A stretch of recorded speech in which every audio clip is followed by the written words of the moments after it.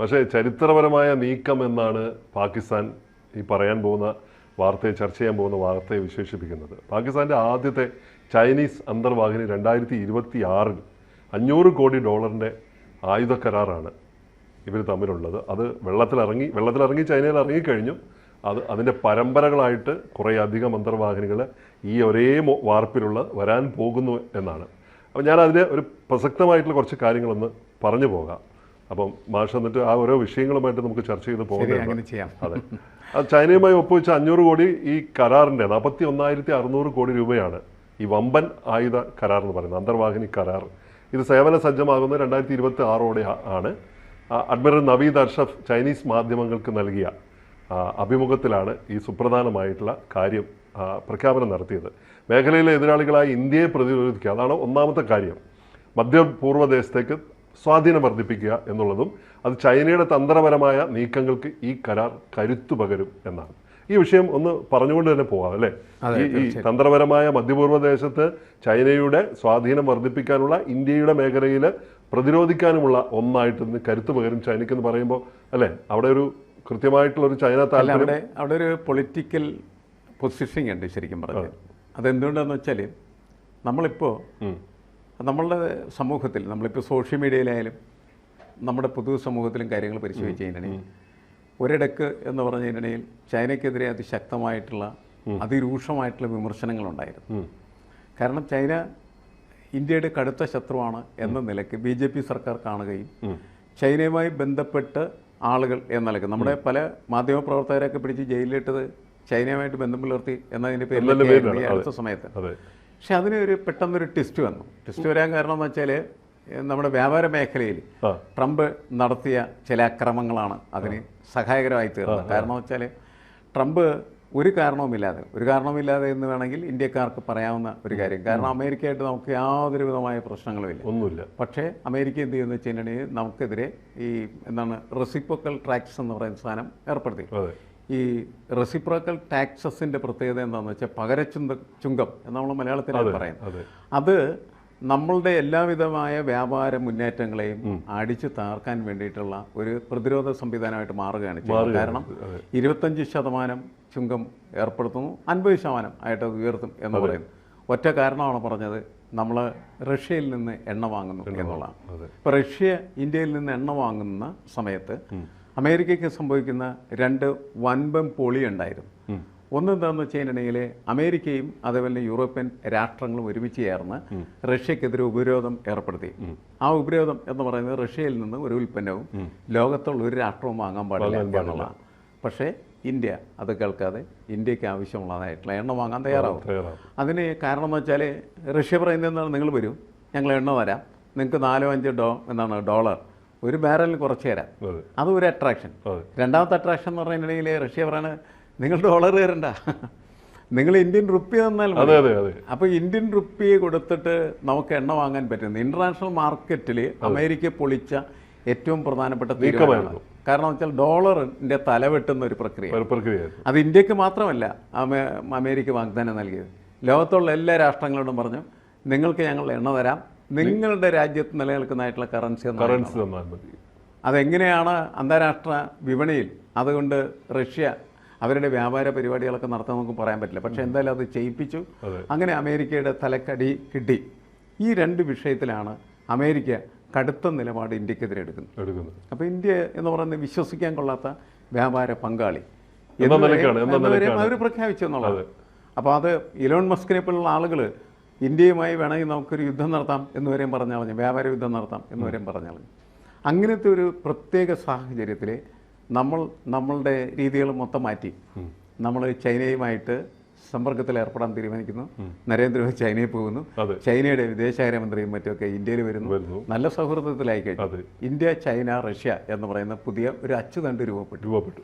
അങ്ങനെ രൂപപ്പെട്ടിരിക്കുന്ന സാഹചര്യത്തിൽ നമ്മളിപ്പോൾ പാകിസ്ഥാനും അതേപോലെ ചൈനയും നടത്തുന്ന ഈ അന്തർവാഹിനി കച്ചവടം അത് നമുക്ക് പുതിയൊരു കാഴ്ചപ്പാടിലൂടെ, പുതിയ കണ്ണിലൂടെ കാണേണ്ടി വരും. നേരത്തെ നമ്മൾ പെട്ടെന്ന് നോക്കുന്ന സമയത്ത് ശരിയാണ്, ഇത് ഇന്ത്യക്ക് പാരവെക്കുന്നതിനും ഇന്ത്യയുടെ അറബിക്കടലിലുള്ള ആധിപത്യത്തിനെ തടയുന്നതിന് വേണ്ടിയിട്ടുള്ള ഒരു നീക്കമാണ് എന്നും ചൈനയുടെ ആധിപത്യം ശക്തിപ്പെടുത്തുന്നതിനുള്ള തന്ത്രപരമായിട്ടുള്ള സമീപനമാണെന്നൊക്കെ പറയാം. ഒരു കൂട്ടുകെട്ടാണെന്നും എന്ന് നമുക്ക് പറയാം. പക്ഷേ ഇന്ത്യയും ചൈനയും നല്ല സൗഹൃദത്തിലായിരിക്കുന്ന ഒരു പുതിയ സാഹചര്യത്തിൽ അത് അത്രത്തോളം അങ്ങനെ ബലപ്പെടാനുള്ള സാധ്യത കുറവാണ് എന്നാണ് ഞാൻ മനസ്സിലാക്കിയത്. ഓക്കെ. പക്ഷേ നമ്മളെപ്പോഴും ജാഗ്രതയോടെ തന്നെയായിരിക്കും ഇക്കാര്യം. പാകിസ്ഥാന്റെ ഒരു മോഹം മാത്രമായിട്ട് നിൽക്കും. അത് പാകിസ്ഥാൻ്റെ ഒരു മോഹം മാത്രമാണ്. പക്ഷേ വലിയൊരു ആയുധ കച്ചവടമാണ് അതെ അല്ലേ. 41,600 കോടി രൂപ എന്ന് പറയുന്നത് ഒരു വലിയ സംഖ്യയാണ്. അതൊരു ചെറിയ മീനല്ല എന്നർത്ഥം. അതെ. ഈ അന്തർവാഹിനികളെ കുറിച്ച് തന്നെ നോക്കാം മാഷേ. ഈ 2028 8 ഇതുപോലെ ഹാംകോർ ക്ലാസ് അന്തർവാഹിനികളാണ്. അപ്പോൾ ഇത് വരുന്നത് ഈ നാവികസേനയുടെ ഭാഗമായിട്ട് ഇത് വരുമ്പോൾ അന്തർവാഹിനികൾ ചൈനയുടെ ടൈപ്പ് 039 യുവാൻ ക്ലാസ് അന്തർവാഹിനികളാണ്.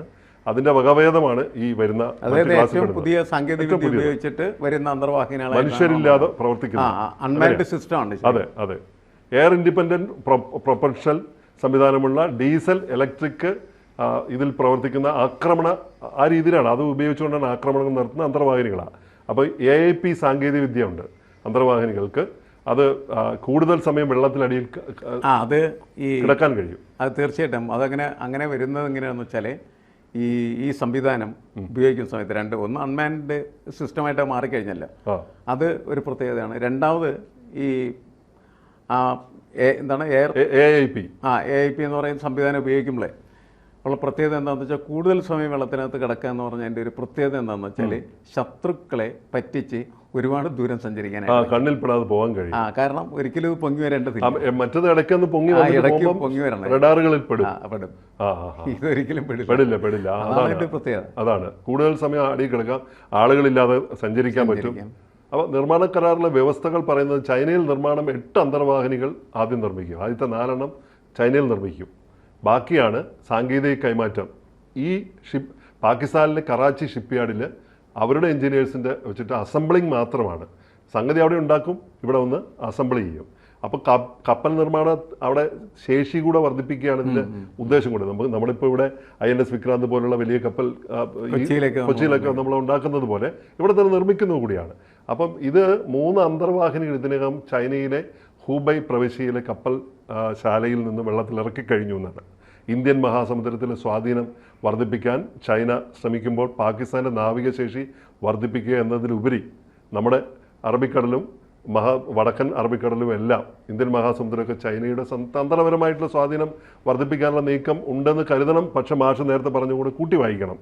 ഈ വാർത്താക്കുറിപ്പിൽ പറയുന്നത് പോലെ അങ്ങനെയും വിചാരിക്കുന്നില്ല മാഷ് വിചാരിക്കുന്നത്. ഞാൻ പറയുന്നത് ഇത് നമ്മളായിട്ട് ശത്രുത നിലനിർത്തുന്ന സാഹചര്യത്തിലാണെങ്കിൽ ഏകപക്ഷീയമായിട്ട് നമുക്കെതിരെയുള്ളൊരു മൂവ്മെന്റ് ആയിട്ട് തന്നെ വിലയിരുത്തേണ്ടി വരും. പക്ഷേ നമ്മളുമായിട്ട് സൗഹൃദത്തിൽ നിൽക്കുന്ന സമയത്ത് നമ്മൾ അത്രത്തോളം കടുത്ത് ചിന്തിക്കേണ്ട കാര്യമില്ല. പക്ഷേ ഇന്ത്യ എന്തായാലും വളരെ ഗൗരവത്തോടുകൂടി ആയതുകൊണ്ട് ചൈനയെ പൂർണ്ണമായി അങ്ങനെ വിശ്വസിക്കാൻ പറ്റില്ല. പക്ഷേ വേറെ ഒരു പ്രധാനപ്പെട്ട കാര്യം നോക്കൂ. പാകിസ്ഥാന്റെ ഗ്വാദർ തുറമുഖം വഴി ചൈനയുടെ സിജിയാങ്ങിൽ നിന്ന് അറബിക്കടലിലേക്ക് നീളുന്ന 3000 കിലോമീറ്റർ നീളമുള്ള ചൈന പാകിസ്ഥാൻ സാമ്പത്തിക ഇടനാഴി ആ ദൂരം വളരെ കൃത്യമായിട്ടാണ്. ശരിയാണ്, ദൂരം വളരെ കൂടുതലാണ് എന്ന് മാത്രമല്ല അതിലൂടെ നടക്കാൻ സാധ്യതയുള്ള ഷിപ്പിംഗ് ആണ് അവിടുത്തെ ഈ സാമ്പത്തിക ഇടപാടുകൾ കപ്പൽ റൂട്ട് കേന്ദ്രമായിട്ട്. അത് നല്ല രീതിയിൽ അവർക്ക് വികസിപ്പിച്ചെടുക്കാനായിട്ട് ചൈനയുടെ ആത്യന്തികമായ ലക്ഷ്യം അതാണ്. കാരണം എന്ന് വെച്ചാൽ അവരുടെ വ്യവസായ വാണിജ്യ സംവിധാനങ്ങളെല്ലാം കടൽമാർഗ്ഗങ്ങളിലൂടെ ഒരു സുരക്ഷാ ഭീഷണിയും പാടില്ല. ആ സുരക്ഷാ ഭീഷണി ഒഴിവാക്കാൻ വേണ്ടിയിട്ടാണ് ഇവർക്ക് ഈ അന്തർവാഹിനികൾ നൽകിയിരിക്കുന്നത്. ബാക്കി എല്ലാ കാര്യങ്ങളും അന്തർവാഹിനികൾ നോക്കിക്കൊള്ളും എന്നർത്ഥം. ഇവിടെ കൃത്യമായിട്ട് ഷിപ്പിംഗ് പ്രോസസ് നടക്കുമ്പോൾ അതിനെതിരെ ഒരു തരത്തിലും ഒരു ശത്രുവിന്റെയും കൈകൾ ഉയർന്നു വരാതിരിക്കുക, അതൊക്കെ അവർ വളരെ കൃത്യമായിട്ട് പ്ലാൻ ചെയ്തു പോകുന്ന ഒരു കാര്യമാണ്. അതെ, നമുക്ക് പാകിസ്ഥാൻ കഴിഞ്ഞ വാർ നടക്കുമ്പോൾ ഓപ്പറേഷൻ സിന്ദൂർ നടക്കുമ്പോൾ റാഫേൽ വിമാനം വെടിവെച്ചിട്ടു എന്ന് അവകാശപ്പെട്ട് ഇന്ത്യ അത് സ്ഥിരീകരിച്ചിട്ടില്ല.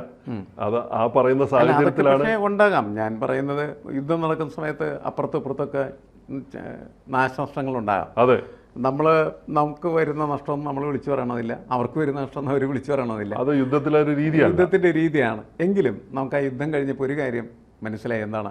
ലോകത്ത് ഇന്ത്യ പാകിസ്ഥാനുമായിട്ട് യുദ്ധം ചെയ്യുന്ന സമയത്ത് മുൻകാലങ്ങളിൽ ഏതാണ്ട് ഈക്വൽ സ്റ്റാറ്റസിലുള്ള 2 രാഷ്ട്രങ്ങൾ തമ്മിലുള്ള യുദ്ധമായിട്ട് അതിനെ കണക്കാക്കിയിരുന്നെങ്കിൽ ഈ ഓപ്പറേഷൻ സിന്ദൂർ കഴിഞ്ഞതിന് ശേഷം അതിൻ്റെ സ്റ്റാറ്റസ് മാറി. ഇന്ത്യ വളരെ ഉയർന്ന ഒരു തലത്തിലും പാകിസ്ഥാൻ വളരെ താഴ്ന്ന തലത്തിലേക്ക് മാറി. എന്നുവെച്ചാൽ ഇന്ത്യയുടെ സൈന്യ ശക്തിയുടെ മുന്നിൽ പാകിസ്ഥാൻ ഒന്നുമല്ല എന്ന് തെളിയിക്കപ്പെട്ട ഒരു യുദ്ധം കൂടിയായിരുന്നത്. ഈ യുദ്ധത്തിന് ഏറ്റവും വലിയ നേട്ടം അതാണ് ശരിക്കും. അതെ നമ്മൾ ശരിക്കും പറഞ്ഞാൽ ലോക ആയുധ ശക്തിയുടെ കാര്യത്തിൽ അതെ വളരെയധികം മുന്നേറിയ ഒരു സംഭവമായിരുന്നു. അതെ.